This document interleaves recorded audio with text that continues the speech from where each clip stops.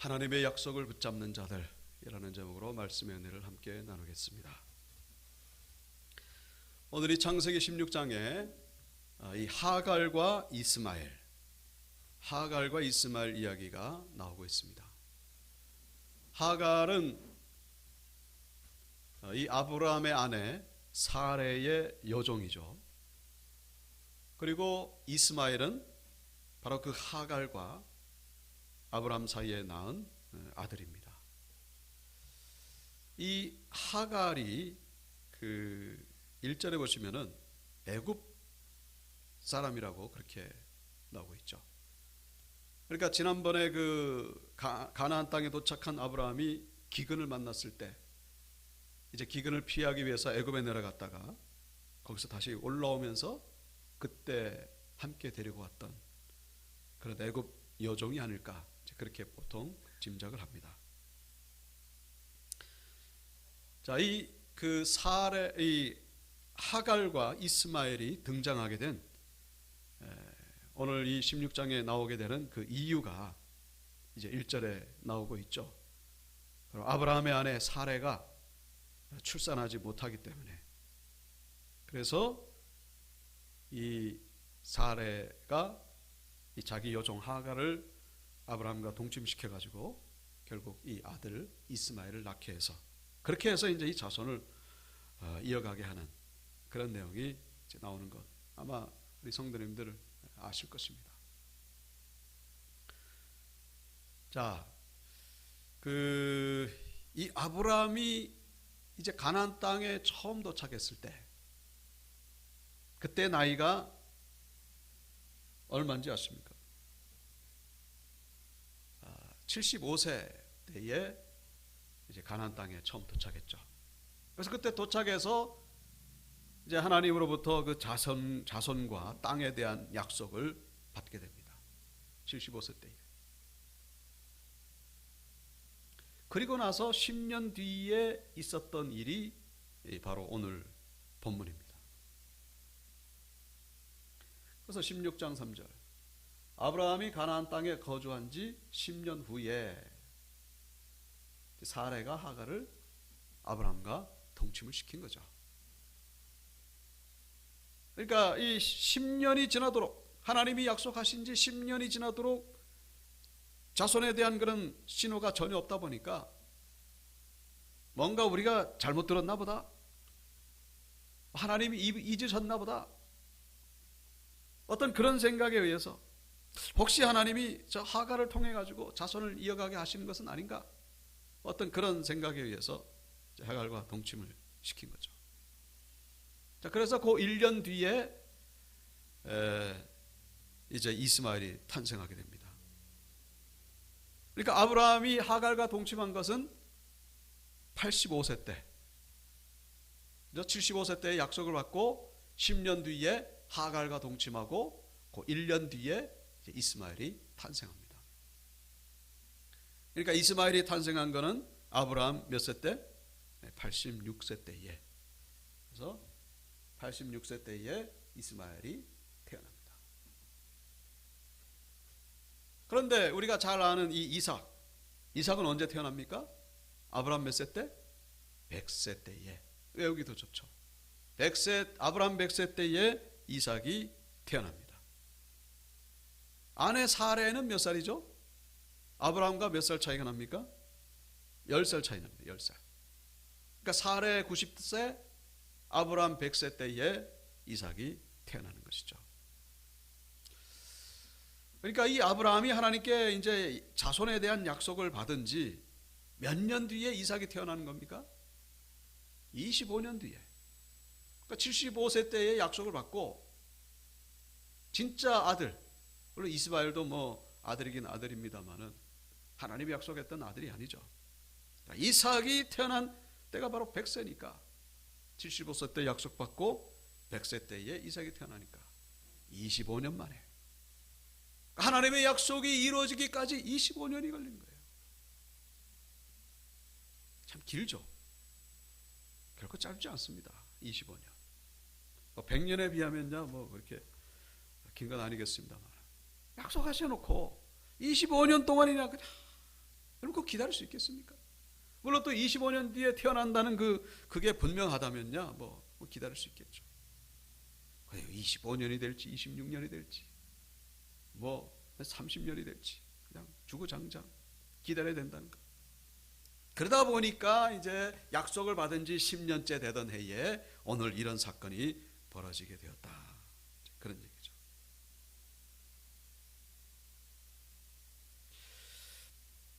자, 이스마엘이 결국은 태어났는데 이 이스마엘은 결코 하나님이 약속한 그런 아들이 아닙니다. 하나님의 뜻 가운데 태어난 아들이 아니죠. 왜냐하면은 그 15장에 보면은 이제 하나님이 아브라함에게 그런 말씀하시죠. 네 몸에서 날짜가 너의 상속자가 될 것이다. 너의 몸에서 날짜라고 하는 건요, 결국 아브라함에게서 태어난다는 의미도 있지만은 사레의 몸에서 태어난다는 의미도 포함되는 거예요. 왜 그렇죠? 우리 성경적으로 부부는 뭡니까? 한 몸이잖아요. 한 몸. 아브라함이 곧 사레고 사레가 곧 아브라함이에요. 그래서 이 네 몸에서 날짜가 상속자가 된다는 것은 결국 사레를 통해서 날짜가 이 상속자가 된다. 이제 그런 뜻으로 우리가 해석할 수가 있는 거예요. 하갈과 아브라함이 한 몸입니까? 아니잖아요. 아브라함과 한 몸이 될 자는 오직 한 사람, 사레밖에 없어요. 근데 이제 하갈과 동침해 가지고 태어난 아들이기 때문에 이것은 하나님의 뜻 가운데 하나님이 약속하신 자녀가 아니에요. 그래서 우리 지난 시간에 15장에 보시면은 이 아브라함과 하나님이 계약을 맺잖아요. 계약. 어떻게 계약을 맺죠? 암염소, 3년 된 암소, 3년 된 암염소, 그리고 3년 된 수양, 그리고 집비둘기, 산비둘기. 이걸 이제 쪼개가지고 그 사이에 지나가는. 그 지나간다는 건 뭐예요? 이 계약을, 이 맹세를 어기면은 이렇게 쪼개질 것이다. 이제 그런 의미잖아요. 근데 흥미로운 것은 아브라함은 안 지나가고 하나님만 지나가십니다. 횃불의 모습으로. 그 왜 그러냐가 하니 이제 이 약속은 어떻게 된다? 깨질 것이다 라는 걸 하나님이 아셨던 거예요. 이거 깨지면 아브라함 죽어야 되니까 아브라함은 안 지나가게 하신 거예요. 근데 하나님이 지나가셨죠. 하나님이 죽어야 되는데 약속이 깨졌으니까. 근데 사실 이 약속을 깬 사람은 누굽니까? 아브라함이죠. 아브라함이 깨뜨린 거예요. 그래서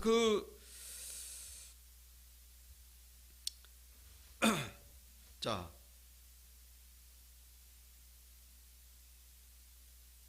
나중에 이제 이 약속이 다시 회복되는 것은 결국 그 예수 그리스도 오신 그 하나님, 인간으로 오신 하나님이신 그분께서 십자가에서 죽으심으로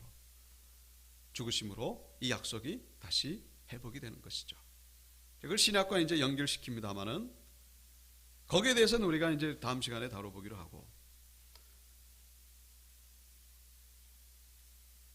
자, 그 계약 속에서 행한 맹세는요, 결국 하나님은 반드시 너에게 자손을 주겠다. 이제 그 약속이죠. 근데 아브라함 입장에서는 뭡니까? 반드시 뭐예요? 하나님 입장에서는 반드시 자손을 주시겠다는 거고, 아브라함 입장에서는 반드시 하나님이 주신 것만 받겠다. 이제 그런 얘기거든. 하나님이 주신 게 아닌 거, 이거는 안 받겠다. 그런 얘기죠. 하나님은 반드시 주겠다. 안 주면은 내가 죽는다. 그런 얘기고, 아브라함 입장에서는 하나님이 안 주신 거, 그거 받으면 내가 죽겠다. 이제 그런 얘기거든요. 근데 지금 이스마엘은 뭡니까? 하나님이 준 게 아니죠. 하나님이 약속했던 아들이 아니에요. 그걸 지금 가지고 있는 거예요. 지금 이스마엘은. 자, 그래서 그 17장에 가보시면요, 17장 1절에 아브라함이 99세 때 여호와께서 아브라함에게 나타나서 그에게 이르시되 나는 전능한 하나님이라 너는 내 앞에서 행하여 완전하라. 그렇게 말씀하시죠. 99세 때. 오늘 본문은 86세 때. 그 99세 때니까 13년 뒤에 이제 하나님이 나타나셔가지고 너는 내 앞에서 행하여 완전하라. 이 말씀을 하신 거예요. 왜 그렇죠? 너 지금 뭐 하고 있냐? 그런 얘기죠. 내 너에게 약속했잖아. 아들 주기로. 근데 너 마음대로 그렇게 아들을 막 만들어내고 그 약속을 깨트려버리고 도대체 뭐하냐 지금. 이삭이 언제 나온다고요? 100세 때. 그 1년 뒤에 이삭이 태어나기 1년 전에 지금 하나님이 아브라함에게 그 안타까운 마음을 지금 표현하시는 거예요. 그거 왜 좀 못 기다리냐. 이제 참 기다리기 쉽진 않겠습니다만은 너는 완전하라. 이제 그런 의미가 담겨져 있는 것이죠.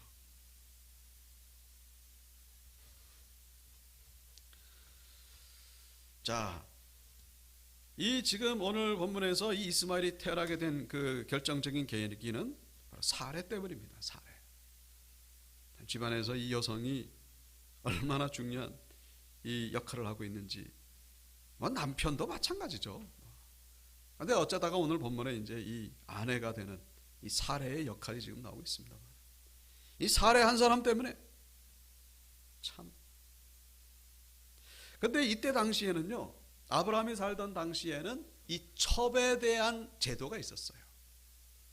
이때가 그 함무라비, 혹시 들어보셨습니까? 고 바빌로니아 왕국. 우리가 성경에 나오는 바벨론은 신바벨론이고 그 전에 고 바벨론 왕국이 있었습니다. 그때 이제 함무라비 왕이 있었는데 그때 이 함무라비 법전, 그게 일반 세계사에서 유명하죠. 그 함무라비 법전에 나오는 내용인데 이때가 이제 아브라함 살던 때거든요. 거기 보면은 어떤 내용이 있냐면은 그 자손이 없을 때 그 아내 되는 사람은 이 첩을 구해다가 남편에게 줘야 되는, 그래가지고 자손을 번식시켜야 되는 그런 의무 조항이 있습니다. 만약에 아내가 구해주지 않으면요, 남편이 직접 첩을 구해다가 자손을 번식시켜야 되는. 근데 만약에 이제 첩을 구해가지고 아들을 낳는데 그런데도 또 다른 첩을 구해야 한다, 이거는 안 된다는 거예요. 이제 그런 조항이 있습니다. 그러니까 이제 그런 풍습, 그런 문화 속에서 이 사례는요, 이것이 어떻게 보면 당연하다라고 생각하는. 물론 하나님의 뜻 가운데서는 이건 전혀 위배되는 잘못된 그런 방법이죠. 그러니까 자신의 생각을 가지고 자신의 판단을 가지고 이제 이런 일을 결정한 거예요. 그렇게 해서 태어난 아들이 바로 이스마엘이죠. 결코 하나님의 뜻 가운데 하나님의 약속으로 태어난 아들이 아닌 인간의 생각과 인간의 어떤 노력이죠. 인간의 지혜. 그래서 이스마엘이 태어나가지고 어떻게 됩니까? 태어나기도 전에 뭐 삐걱대기 시작하죠. 태어나기도 전에.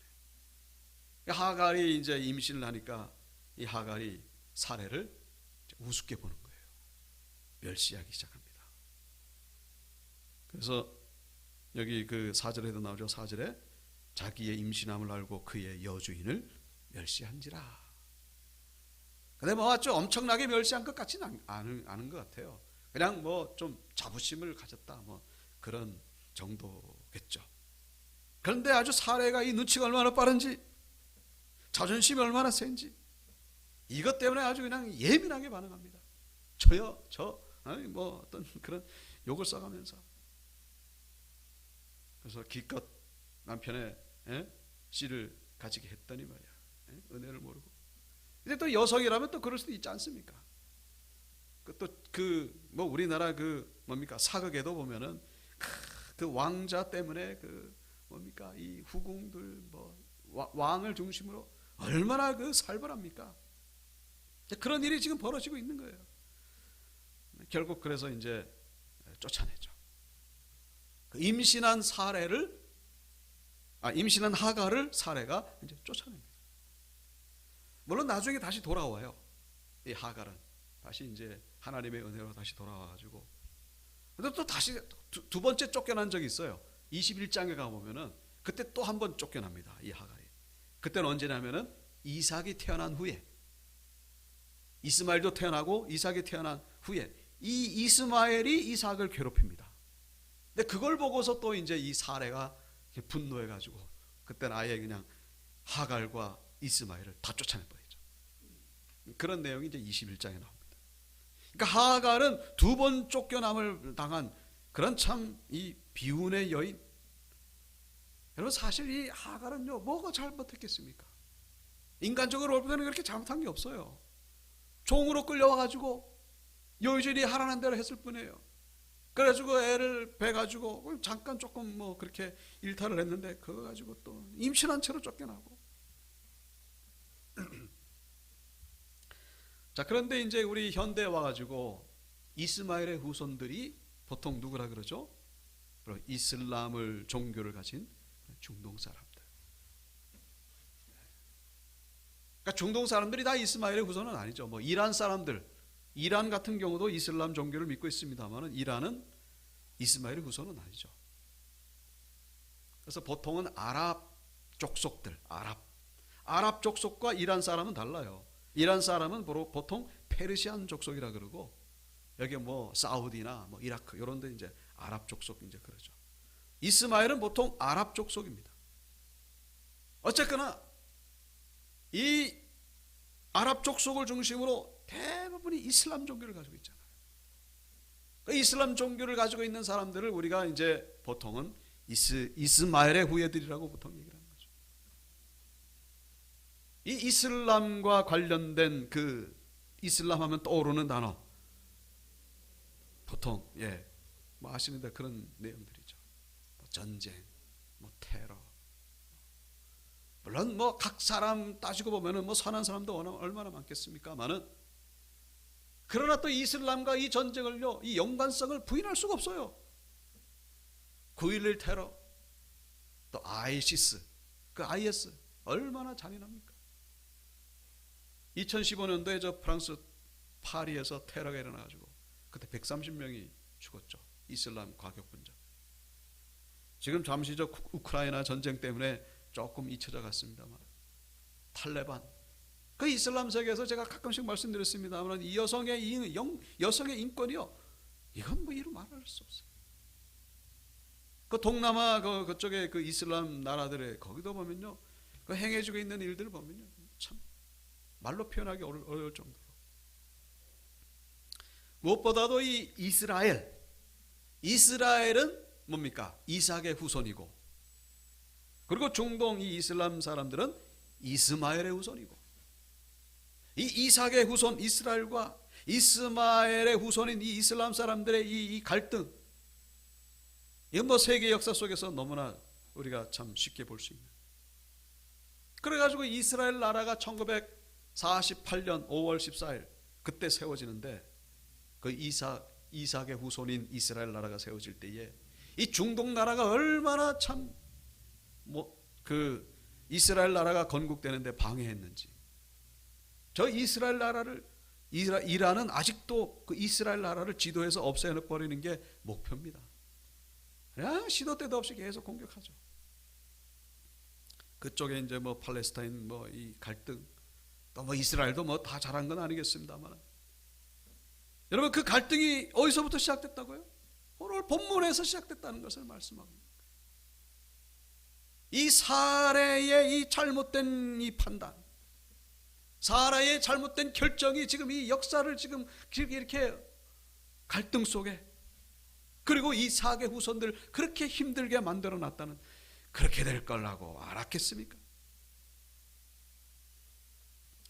특별히 오늘 이 16장 12절에 보시면은 12절에 그가 사람 중에 들나귀 같이 되리니 이스마엘이 그렇게 된다는 얘기죠. 그의 손이 모든 사람을 치겠고 모든 사람의 손이 그를 칠지며 그가 모든 형제와 대항해서 살리라 하니라.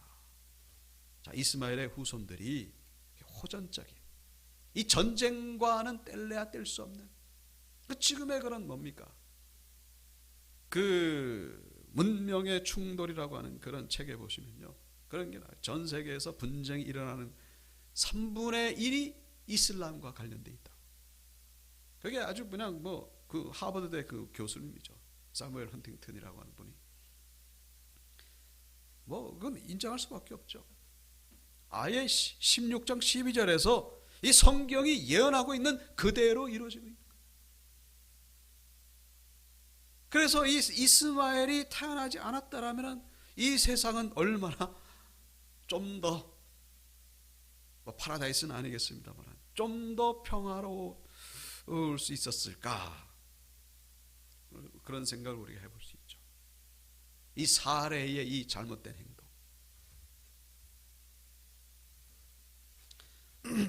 자, 그래서 우리가 이제 오늘 이 16장에서 영적인 메시지를 우리가 들어야 되는데, 이 하갈과 이스마엘을 16장에서 등장시키시고 있는 하나님의 뜻, 우리에게 뭘 말씀하시는 것일까? 이 하갈과 이스마엘을 통해서 우리가 들어야 될 메시지, 그것을 우리는 신약 성경에서 찾아볼 수가 있죠. 바로 갈라디아서 4장, 바울이 전한 메시지입니다. 여기에 하갈이 나오고 또 사례 이야기가 나옵니다. 물론 이 바울이 말하는 이 사례와 하갈은 창세기 16장을 강의하는 그런 의미는 아니고, 이 갈라디아서의 그 주제는 결국 율법과 믿음의 관계를 말씀하고 있는 게 갈라디아서입니다. 여러분, 율법은 뭡니까? 인간의 행위, 인간의 노력이에요. 인간의 지혜. 그러니까 인간의 노력으로 구원을 얻을 수 있다라고 하는 그런 그 신앙이 바로 율법 신앙이죠. 뭐 정죄도 있고 뭐 그런 것도 있습니다만은, 어쨌거나 내 힘으로 구원을 얻어보고자 하는 그런 신앙, 그게 바로 율법 신앙. 근데 믿음은 뭡니까? 믿음은 한마디로 하나님의 은혜예요. 하나님의 은혜로 구원을 받는다. 인간은 죄인이다, 그런 얘기죠. 인간은 절대로 구원함을 얻을 수 없다. 하나님이 약속한 그것을 붙잡을 때 하나님의 은혜로 우리는 구원을 얻는다. 그게 갈라디아서 주제인데, 그 율법과 믿음을 설명하기 위해서 비유로 든 것이 바로 오늘 이 창세기 16장 하갈과 사례의 이야기입니다. 결국 하갈과 사례는요, 율법과 믿음에 연결이 되는 거예요. 결국. 자, 그래서 이 하갈, 아브라함에게 이제 그 두 아들, 이 두 아들은 뭡니까? 이스마엘과 이삭이죠.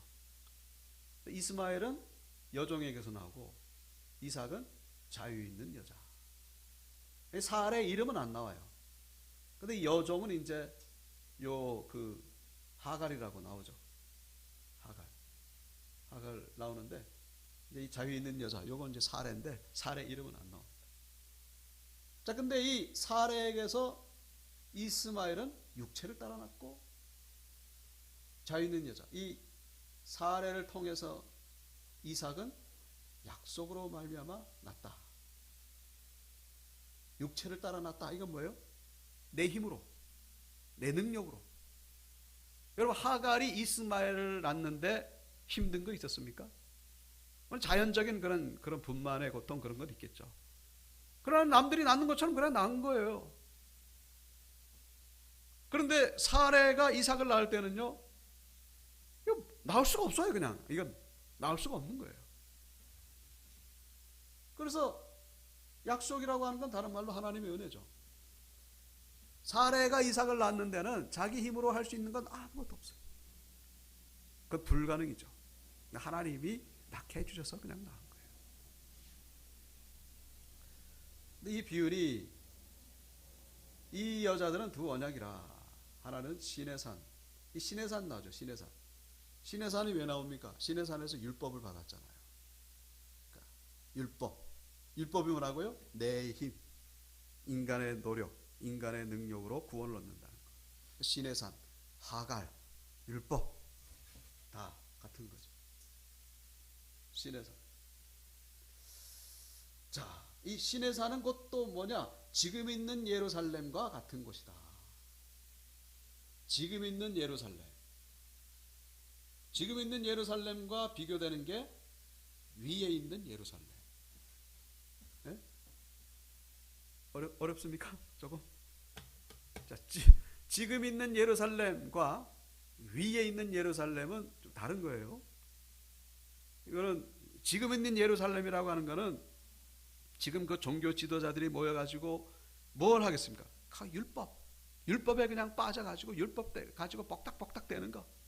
다른 말로 신의 산, 하갈, 율법, 지금 있는 예루살렘, 그 다 같은 말이에요. 근데 위에 있는 예루살렘은 뭐죠? 그건 천국이죠, 천국.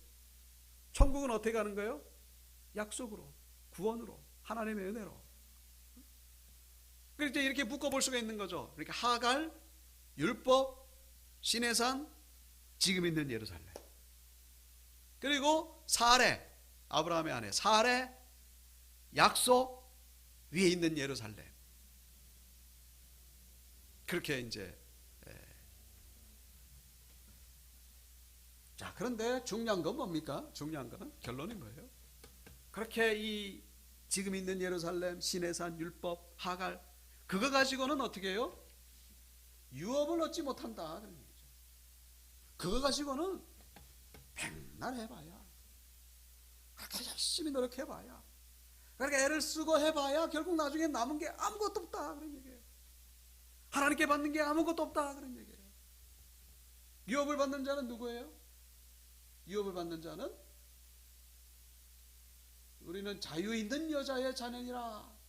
형제들아, 우리는 여종의 자녀가 아니라 자유 있는 여자의 자녀니라. 이지 바울이 지금 갈라디아 교인들에게 그런 얘기를 하고, 너희들 지금 자꾸 그 율법으로 돌아가려고 하지 말고 믿음으로 다시 돌아와라. 하나님의 은혜. 우리가 할 수 있는 것은 그건 아예 포기를 해라. 우리가 할 수 있는 건 아무것도 없고 우리는 죄인이다. 오직 하나님의 은혜만을 바라는 자들이 되라. 그래야 그런 자세를 가질 때에 구원을 얻는다. 그럴 때에 유업을 얻는다. 그래서 여기 지금 잉태하지 못한 자여 즐거워하라. 잉태하지 못한 자가 구체적으로 사례죠, 사례. 사례 같은 여자는 즐거워해라 그런 얘기죠. 산고를 모르는 자여, 산고를 모른다는 건 잉태하지 못한다 그 똑같은 말이죠. 소리 질러 외쳐라. 너희들은 복받은 자들이다. 왜요?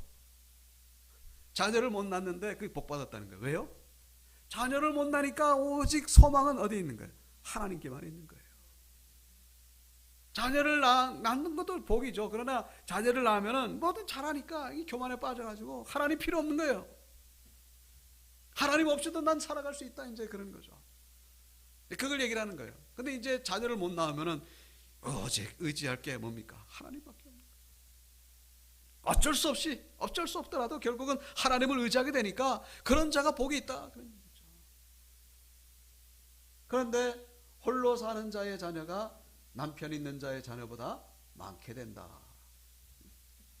나중에 이 자녀들 뭡니까? 홀로 있는 자 결국 자녀, 육신적으로 자녀를 못 낳아가지고 하나님을 의지하는 자, 사례 같은 자. 우리가 결국은 사례의 자녀거든요. 우리 약속의 자녀니까. 그 이스라엘 백성들만 그 사례 아니고 우리는 믿음으로 구원 얻은 자들은 다 아브라함의 자손이고 이삭의 자손이고 사례의 자손이에요. 우리가 결국은 구원을 얻게 되는 것이고 우리가 결국 유업을 얻게 된다, 그런 얘기죠. 자, 그래서 결국 결론 여종과 그 아들을 내쫓으라. 여종과 그 아들을 내쫓으라. 여러분 서두에서 말씀드렸습니다마는 하갈이 잘못한 건 없습니다. 하갈이 잘못한 게 있는 게 아니라 뭐가 잘못한 거예요? 그 사례의 마음속에 하나님의 방법이 아니라 하갈을 아브람과 동침시켜 가지고 자녀를 낳게 하려고 하는 그 마음. 그러니까 하나님의 방법이 아니라 인간적인 방법을 선택하려고 했던 것, 그게 잘못된 거죠. 이제 그것을 가리켜서 그냥 상징적으로 하갈이라고 그냥 부르는 거예요. 문자적으로 하갈이 잘못했다는 얘기가 아니라 그 하갈을 통해서 구원을 얻으려고 했던 그 사례의 마음이 나쁜 것인데 그거를 이제 하갈이라고 그렇게 표현하는 거죠. 여러분, 우리 안에도 하갈이 있다는 거예요. 우리 안에 있는 하갈을 내쫓으라는 것이죠. 우리 안에 하갈 내쫓으라는 거예요. 우리 안에 하갈을 쫓아갈 것이 아니라 누구를 쫓아가야 돼요? 이삭을 쫓아가야 되고, 그 사례도 뭐 잘못한 건 잘한 건 없죠. 그러나 결국 그 이삭을 낳기 전까지 어떻게 돼요? 그때 하갈을 다 내쫓고 나서 사례 뭐 아무것도 없잖아요. 이제 뭐 하나님만 쳐다봐야 되잖아요.